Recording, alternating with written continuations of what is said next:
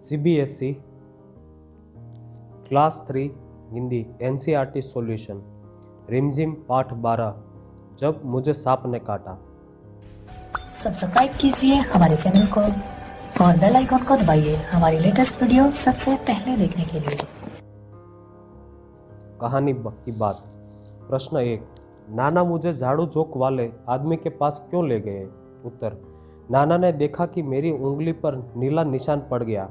उन्होंने समझा कि सांप ने काट लिया है, इसलिए सांप के काटे का झाड़ू झोंकू से इलाज करने के लिए वाले आदमी के पास ले गए।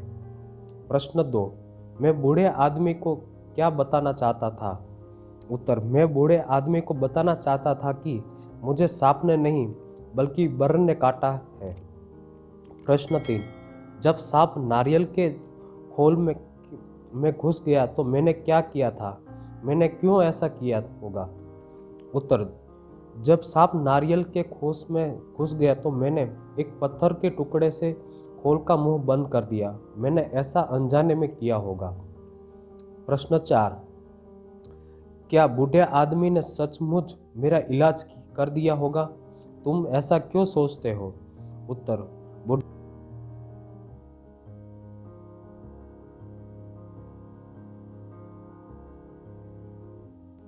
उत्तर। बूढ़े आदमी ने सचमुच इलाज नहीं किया था। हम ऐसा इसलिए सोचते हैं कि तुम्हें सांप ने काटा ही नहीं था। प्रश्न 5।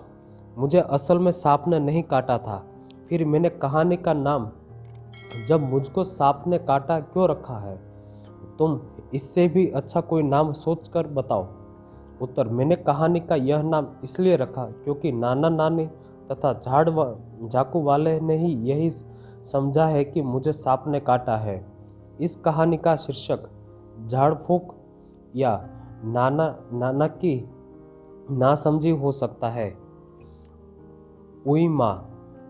प्रश्न। कहानी में लड़के को बर काट लेती है। बर का डंक होता है। कुछ और कीड़ों यानी कि जंतु का नाम लिखो जो डंक मारते हैं। मधुमक्खी, बिच्छू, ततैया। तुम्हारी बात। प्रश्न 1।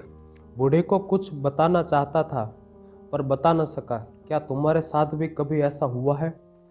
हाँ, मेरे साथ भी ऐसा कुछ हुआ है। जब मेरी मम्मी को यह बताना चाहता था कि मुझे किसी ने नहीं मारा बल्कि यह चोट मुझे गिरने से लगी है, लेकिन बता नहीं सका। प्रश्न 2।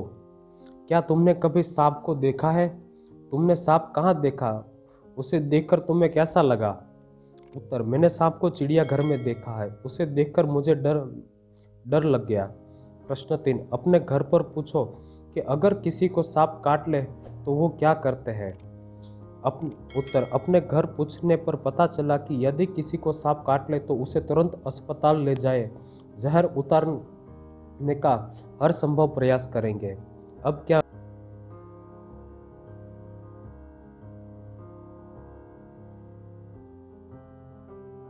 सांप लोहे की चीज से उस स्थान को रगड़ देंगे। यदि नौसा दर हो तो वह लगा देंगे। किसी को चोट लग जाए, उत्तर, उसे प्राथमिक सहायता देंगे, पट्टी बांधेंगे और फिर अस्पताल ले जाएंगे। किसी की आंखों में कुछ पड़ जाए, उत्तर, उसकी आंखों में ऊपरी और निचली पलक को हल्के से पकड़कर हिला देंगे। वह स्वच्छ पानी से उसकी आंखें धुलवाएंगे। किसी की नाक से खून बहने लगे, उत्तर, उसे पीठ के बल लिटाकर सिर नीचे झुका देंगे और सिर पर ठंडा पानी डालेंगे। जरा सोचेंगे। प्रश्न 1। नारियल के खोल जैसी और कौन सी चीजों में सांप छिप सकता है? उत्तर। टूटी हुई हड्डियों में, घास फूस में, टूटे फूटे बर्तनों में, टूटे फूटे खिलौनों में। उत्तर। प्रश्न 2। वह खोल अहाते में कैसे पहुंचा होगा? उत्तर। नारियल का इस्तेमाल करने के बाद खोल को किसी ने अहाते में फेंक दिया होगा। घर के हिस्से। नीचे कुछ शब्द लिखे गए हैं। उन शब्दों में से कुछ शब्द घर से संबंधित है उन पर घेरा लगाओ। उत्तर अहाता, आंगन, बरामद, जीना, अटारी, आला, घेर, सीढ़ी, छत, सड़क, रसोई, छज्जा, दालना, अस्तबल, रहत, नहर, पुलिया, जोहड़, डाकघर, टांड, कमरा।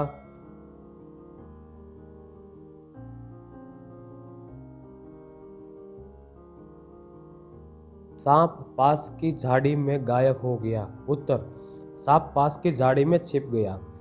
वह चट मुझे गोद में उठाकर भागे। उत्तर वह जल्दी से मुझे उठाकर दौड़े। अब बच्चा खतरे से बाहर है।